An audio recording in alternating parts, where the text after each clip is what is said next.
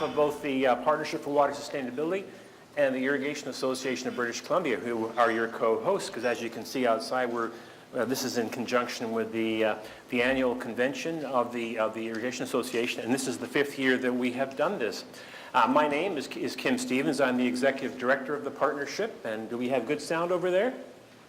Good, right. So I think the first thing I want to acknowledge is our sponsors. You can see there's 5 organizations, because what this shows to you is that what we're doing today to start a conversation is considered important by a lot of people. And I think one good example would be Metro Vancouver. You know, we only asked for a nominal $1,500 to help towards the cost of the videographing.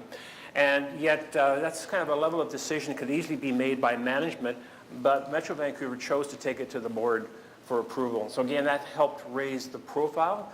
So again, I think you're part of what we'd like to think is a watershed moment today. And you know, just to kind of to bridge in with a personal story, to kind of set the context for today. And you know, the genesis for today really goes back 3 years ago. And so in terms of the role that the partnership plays as bringing together different levels of government, in 2014 we had what we called the Interregional Collaboration Series with the 5 regions and everybody hosting a day. And so with the Nanaimo region, they said to us, we want to do something different, because it was important to them in terms of their watershed planning that they wanted to be able to reach out to the 3 First Nations in the Nanaimo region. And we did something a little bit different. We went to the Nanoose band, we went to the banks of the Englishman River, and they brought out a couple of elders, and we stood around on the banks of the Englishman River, and the elders expressed their view on water. And that was an epiphany for everybody who was there. It just changed our thinking because of just the setting and kind of that spiritual side that they brought to us.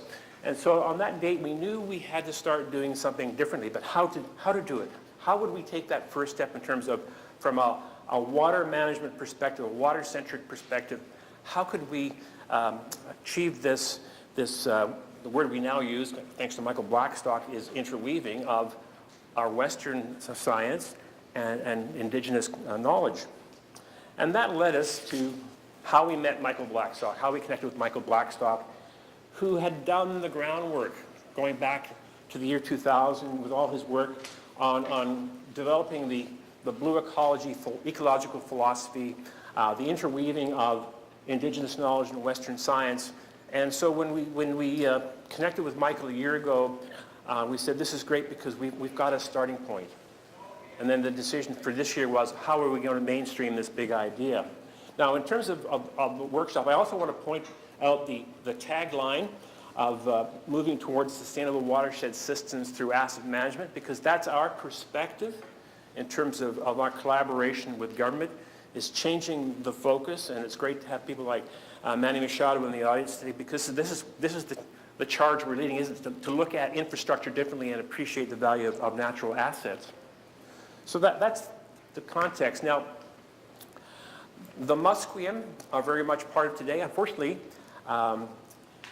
Morgan Guerin phoned me this morning at 8 o'clock and said he was violently ill, and he has arranged for a substitute, and I guess Bill Q has not arrived yet, unless he's in the audience and hasn't introduced himself.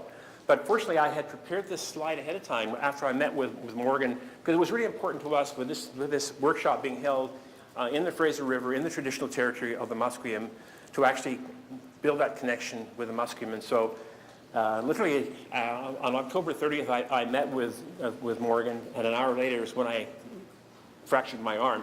No, totally unrelated, but that's when it happened, right? But one of the kind of key quotable quotes that Morgan said that day was, planting seeds in minds. And that's what we're trying to do today. We're trying to plant seeds, not try, we are planting seeds. We will plant seeds. That's the whole purpose of the day. And just help, beginning that conversation about what we want the future to look like. And as Morgan said, you say something enough times and people will hear it. So we don't expect to change the world overnight today, but it's a start. So in terms of explaining the workshop format today, it's 4 modules. We're putting the emphasis on both, an equal time split between presenting at and interacting with. And we have what we believe is a pretty power-packed lineup with Finn Donnelly and Bob McDonald, who are national names, and our own Ted Van de Gulik, and of course, building to Michael Blackstock in the final module. So the morning informs the afternoon, and we intentionally have put the focus on the Fraser, because the Fraser is kind of like the case study. It gives you that opportunity to look at what's happening in British Columbia. And when we get into that more higher level stuff in the afternoon, that global perspective that Bob brings, and then the finale with Michael, it really will put it in context for really what we're trying to start. And actually what we found is, a year ago when we made this bold decision that we're going to mainstream the idea of blue ecology at this event today. And what we've seen in the last month is the idea is resonating. So it's an idea whose time has come, the idea of interweaving. Now, again, from the partnership perspective, just want to explain what we're trying to do. The program of ours, which is funded by the governments of Canada and British Columbia, it's called Sustainable Watershed Systems Through Asset Management. We're in an educational process right now, just getting folks in the local government to begin to think a little bit differently. The new paradigm, as we call it, to think of watersheds as infrastructure assets. The reason we place that emphasis on infrastructure assets because local governments, of course, manage assets called water, roads, sewer, and so we're saying you got to manage and protect the watershed conditions just as you try and protect your physical assets, and just to begin to educate even our own fellow engineers and planners about the fact that a watershed is an integrated system, and there's 3 different pathways by which water gets, when water falls, how it reaches the stream. And, over the land, there's that shallow horizontal layer, and then there's that deep vertical. And traditionally, and I'm going to say we as engineers have ignored 2 out of 3. And that's caused a lot of our problems because we put the focus solely on the surface component. So getting people in local government, in all departments, to begin to think about those pathways are your infrastructure assets. You've got to think of them that way. And those assets, they provide water balance services. And those are, local government's all about services and providing higher levels of service at lower cost. I mean, that's the basic approach. I don't expect you to absorb this wheel, but that is the branding logo for what's called the BC framework. It's asset management for sustainable service delivery in British Columbia. And again, it's part of this shift, of what we call going from ground zero, where a lot of local governments have been in recent years, and moving them through a life cycle way of thinking about their assets and sustainable service delivery by step 2. And really what we as the Partnership for Water Sustainability try to do is get folks ready to make that move to step 3. But you can't go straight from ground zero to step 3. There's a progression. And so local governments are moving along a continuum. We've seen a rapid uptake in the philosophy in the last year and a half, so that's the good news, but we have a long way to go. Now, bring it back to today, and what motivates this team of presenters who you'll be hearing throughout the day is, it comes down to the future is now. Now, when I look at myself in the mirror and Bob and Ted, and well, Michael's a bit younger than us, but I mean, we've been talking about climate change and all these kind of things for an awful long time, but our theme is the future. These aren't future scenarios anymore. It's here. And so really, we don't have the luxury of waiting any longer. So part of our message today is we need to start those cumulative benefits today that will pay off a generation from now, because it's the little things that will accumulate. So that's our message for today. The future is now. It is the time to move from talk to action, because we've been talking for a long time.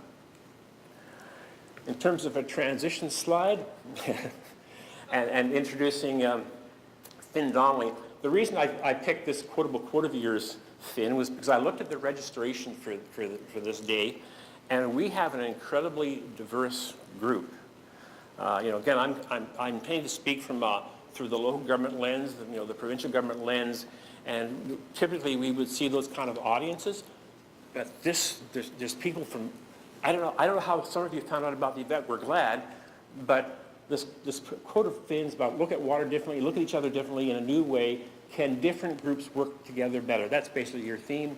seize the opportunity to share experiences, knowledge, and learn from one another's perspectives. So I know that Finn is going to elaborate a little bit more on his background, but I just want to add, I guess, a personal note. I've known Finn since 2003 when you were on Coquitlam City Council, and at that time we were just rolling out the guidebook for British Columbia on stormwater management, the water balance model, the original water balance model tool, and you had me come and speak to your environment committee. But what I wanted to really single out for Finn, other than the fact he's not here to announce his third swim down the Fraser River, right? Because you're still the only person to swim it, not once but twice. But you're not making an announcement today, right? No.